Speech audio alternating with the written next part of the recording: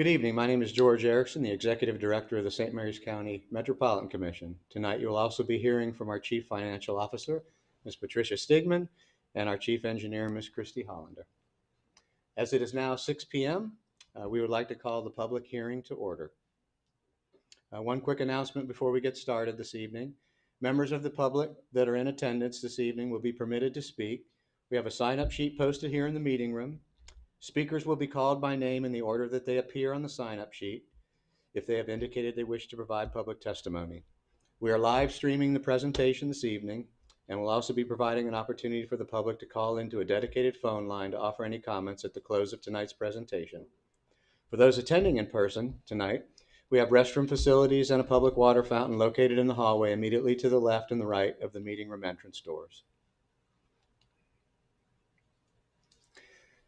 The purpose of the hearing this evening is firstly to inform customers of our proposed FY26 operating and capital improvement budgets, the FY27 through FY31 capital improvement plan, and any rate and fee changes for the upcoming fiscal year, which would become effective on July 1st, 2025.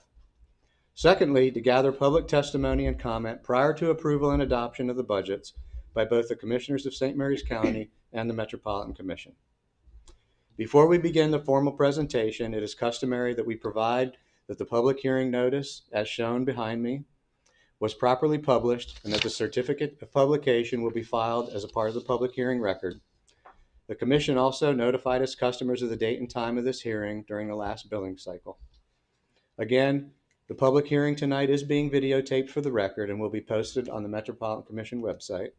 The presentation contains 49 slides, but we promise it'll be informative and short and should not take more than a half hour to complete.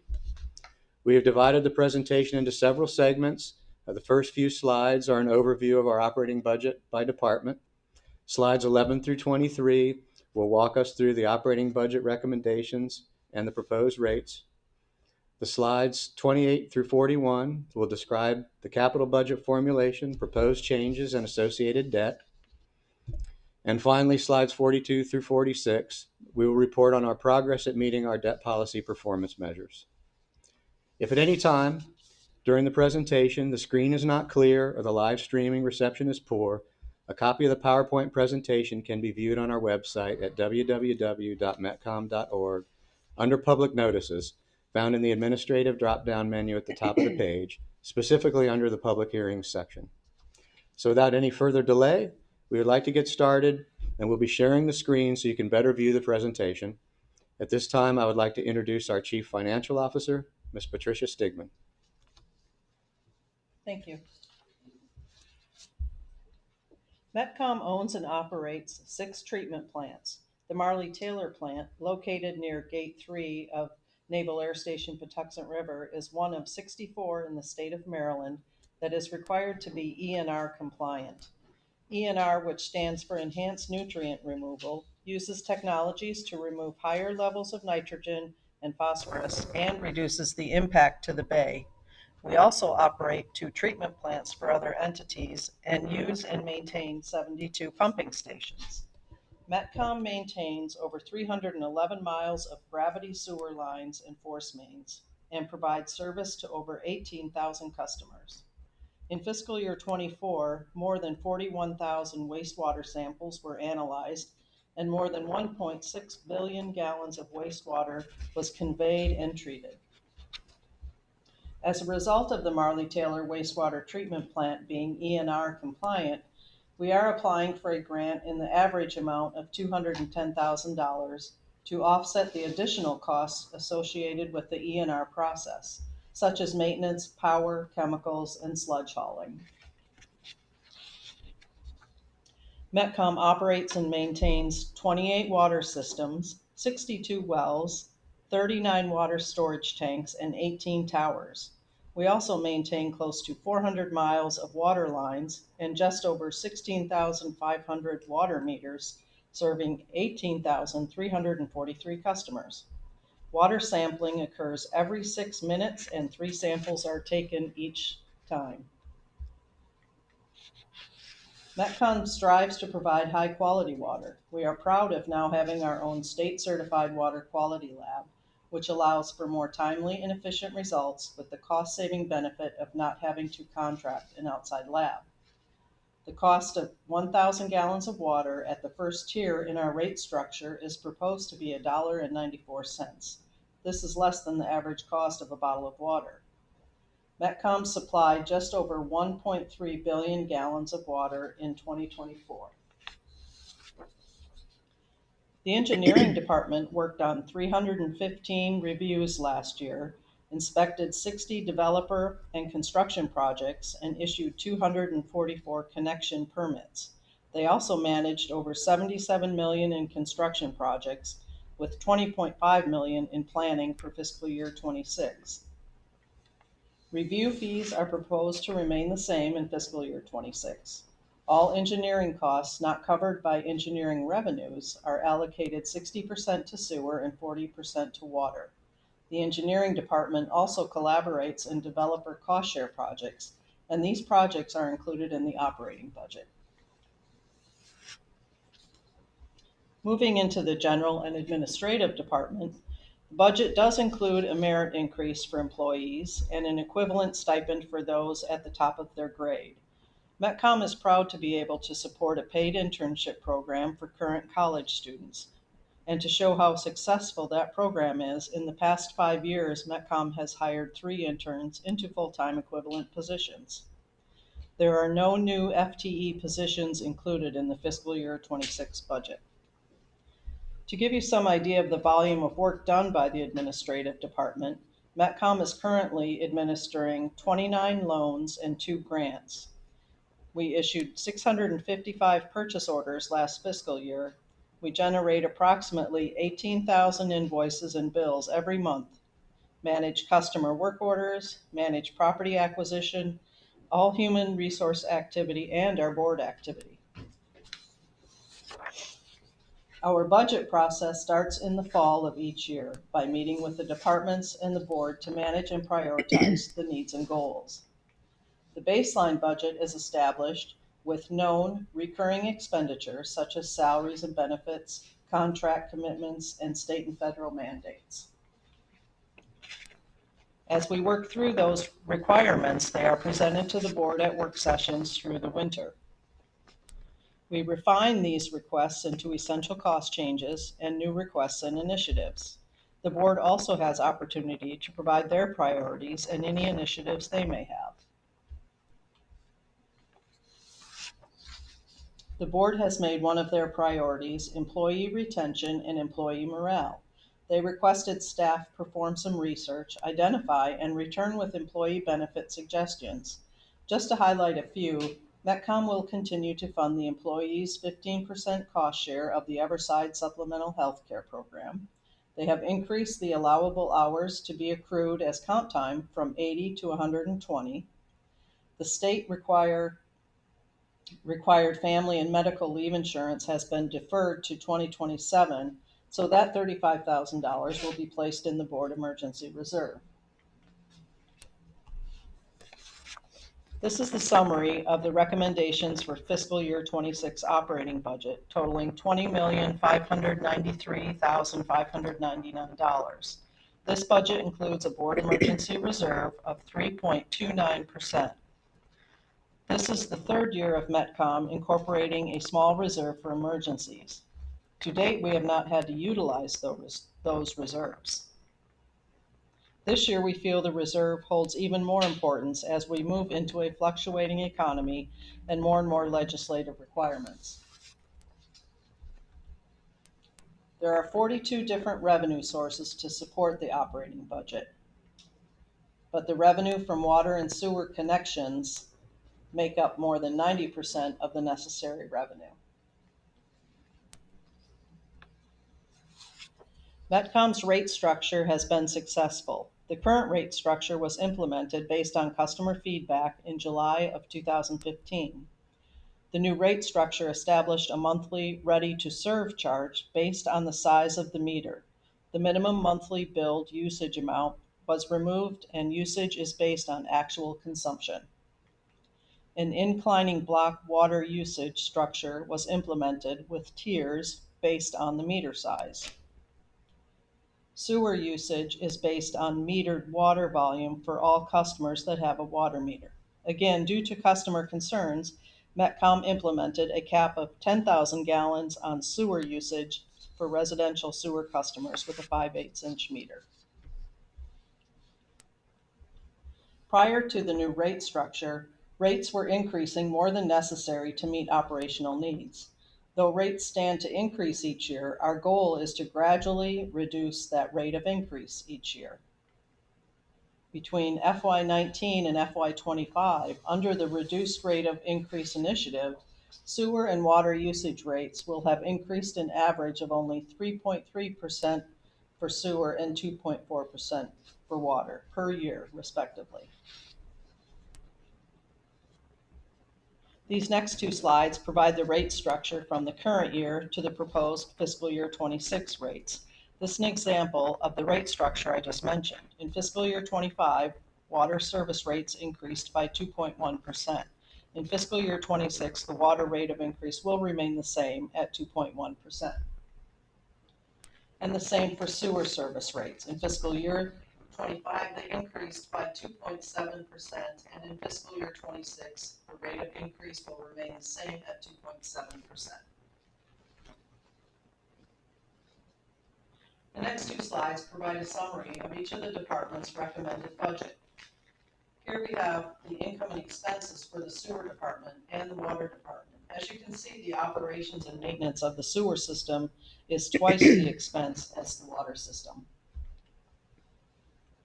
And here the engineering department and the administrative department. The administrative department is eventually allocated as overhead to all three, engineering, water, and sewer, based on each of those departments' percentage of the whole budget. Then engineering is allocated again 60% to sewer and 40% to water.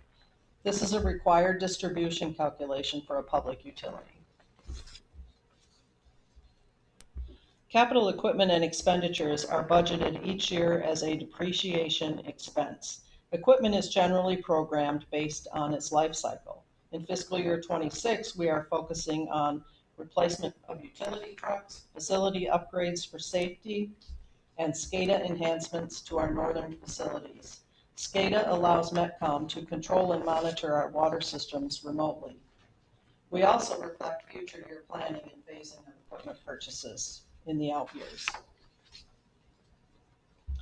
This is a simple representation of how each dollar is allocated in the operating budget. Again, you can see that sewer receives the largest allocation of revenue.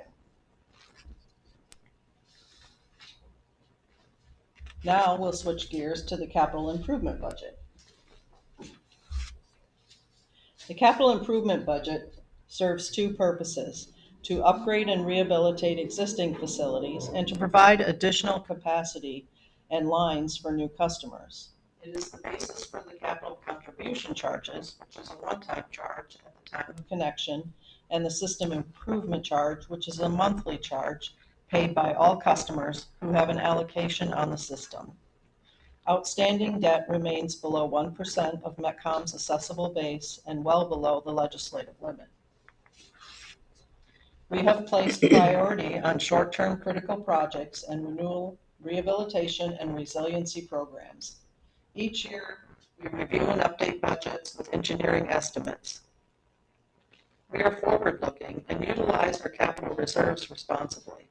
MetCom's cash flow allows for the front funding of designs and borrowing only at the time our cash flow warrants.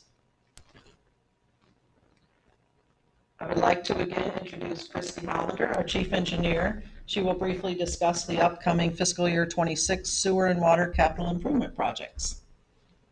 Thank you, Patty. As we move through the next few slides, you will see that our focus is on our ongoing commitment to maintenance, replacement, and rehabilitation of our existing infrastructure. The sewer 6-year, $56 million budget includes restructuring of funding from partial grants to loans for the Piney Point Force Main Replacement Project, reducing the budget of the Piney Point Booster Pump Station by exploring new pumping technology, and continual support of the joint Southampton revitalization project with the county. Additionally, after further review, The Spring Valley Drive sewer replacement project noted in the facilities plan was removed after additional field testing and analysis was complete, showing that the line was in good working condition. Also on this sheet, we also deferred the joint project MD5 with the state as the state's funding had been reallocated. $2.5 million has been relocated from the Piney Point Booster Station, as previously noted, to the Forest Run Equalization Basin funded in the FY 26 and 27 budgets.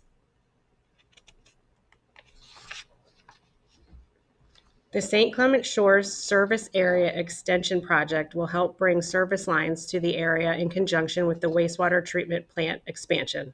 This project will include MetCom-funded pump station upgrades and trunk line extensions based on the analysis of the area completed by the consultant.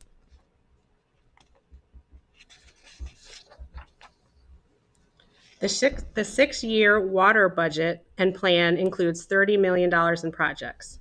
We are again supporting the Southampton Revitalization Project. That is a joint project with the county. This project will replace the aging water lines in that subdivision. We will continue our efforts to replace the undersizing and aging infrastructure in Town Creek and begin construction in Breton Bay. Funding was also deferred for the Maryland Route 5 widening project with the state.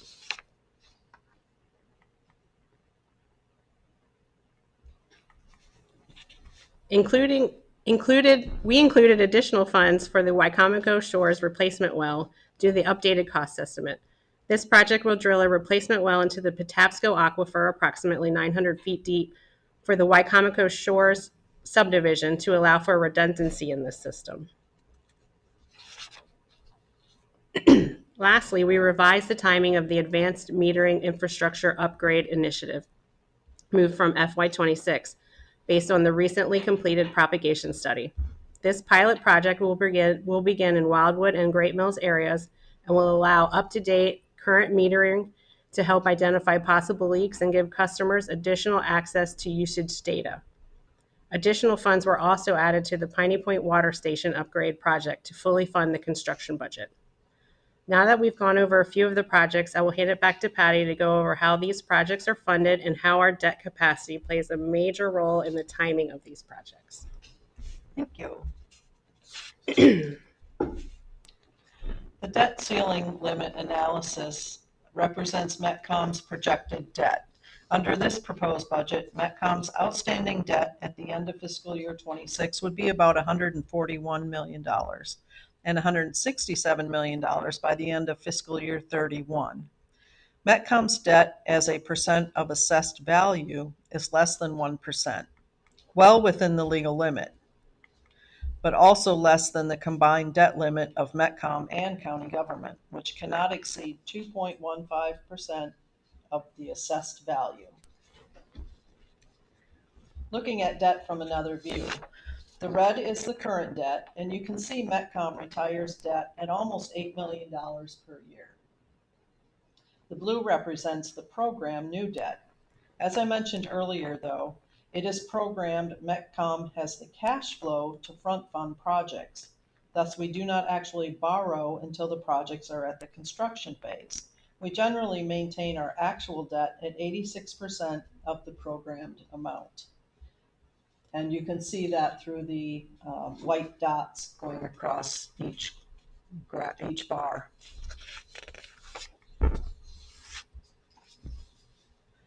MetCom operates under Chapter 113 of the Code of St. Mary's County.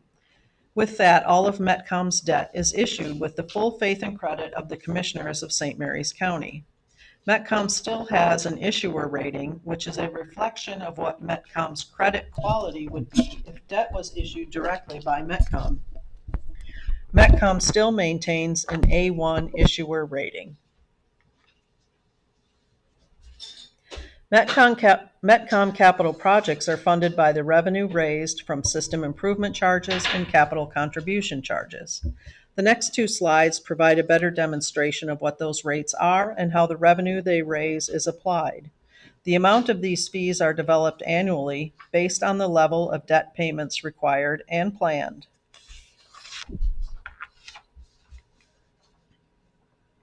System improvement charges cover the cost of projects for the upgrade and replacement of existing facilities and systems to serve existing customers.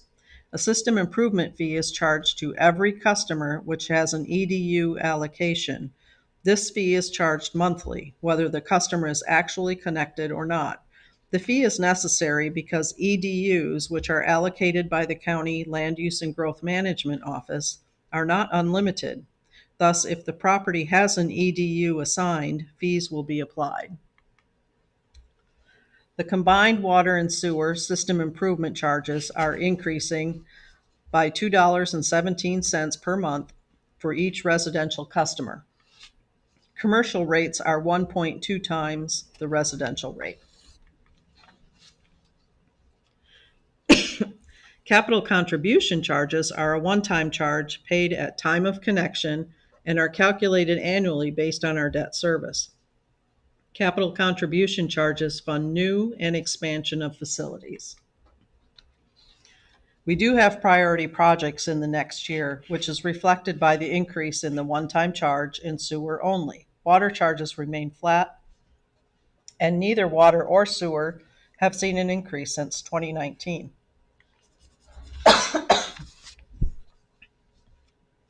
The next 4 slides reflect annual performance measures. We present these to the MetCom board, the commissioners of St. Mary's County, and in our annual report. These specific measures reflect how we are doing financially in comparison to industry standards. The first one is debt service coverage and measures our ability to meet the annual debt service requirements after all operational expenses. As of the FY24 audit, MetCom can meet that coverage 1.65 times. Next is our outstanding debt compared to our annual revenue. This indicates our overall leverage. Less than 5 times is the target, and we are reflecting 3.08 times. Sufficient operational reserves is a measurement of liquidity. How able is MetCom to pay their near-term obligations? At the end of fiscal year 24, we were able to fund 374 days of operations with that reserve. And finally, service affordability as a percent of the median household income. Our current year FY24 average bill is just over 1% of the median household income for St. Mary's County, coming in below the target of 1.5%.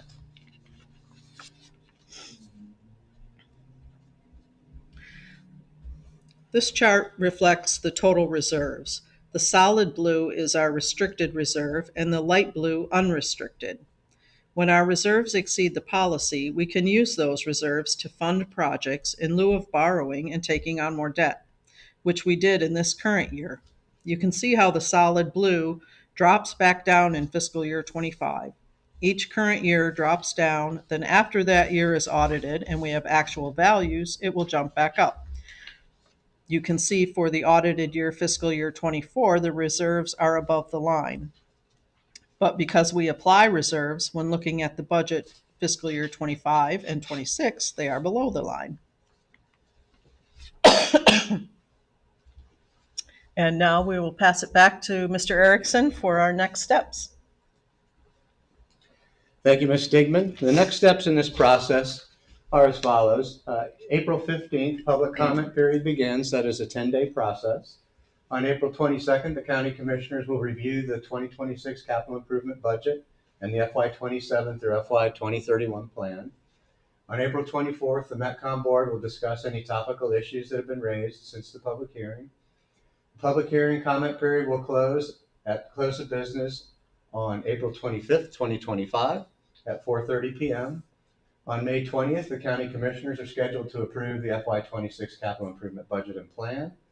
And on May 22nd, the Metropolitan Commission Board anticipates their approval of the 2026 operating budget and capital improvement budget and plan as required by law. At this time, we would normally provide an opportunity for those who are in attendance and who have signed up to speak to approach the podium. However, this evening we have no speakers who have signed up. However, we would like to provide an opportunity for those who might have been watching us live this evening to provide comment by phone, and we'll keep the phone line open for the next 10 minutes. We ask that if you wish to provide comments, that you please dial 301-298-1561, extension 454043. We have only one phone line open this evening, so there may be a delay in our response. We ask that you please remain patient. We also ask that you limit your comments to about 3 minutes each to ensure that everyone has an opportunity to be heard, and that you state your name and address for the record before beginning your comments.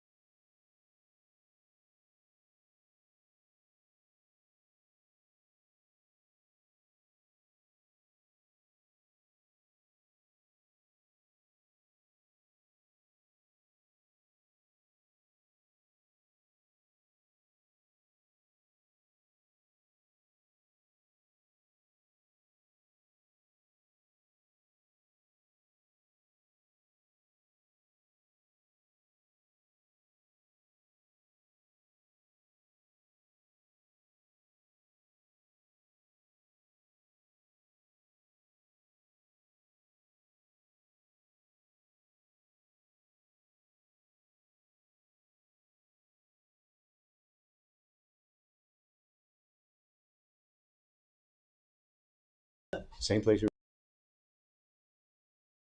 Yeah, I know. Make it Switch it crazy. up. Switch it up. It is now 6:40 p.m. and hearing no comments, we would like to remind our viewers that the public record will remain open for 10 days through the close of business at 4:30 p.m. on April 25th, 2025, and any comments that you may wish to forward to the Commission for the Board's consideration are welcome. Either mail us at 23121 Camden Way, California, Maryland 20619, or email your comments to budget2026@metcom.org. We hope you all have a safe and enjoyable Easter. On behalf of the Metropolitan Commission, we thank you for your interest and thank you for joining us live this evening. The public hearing is now closed.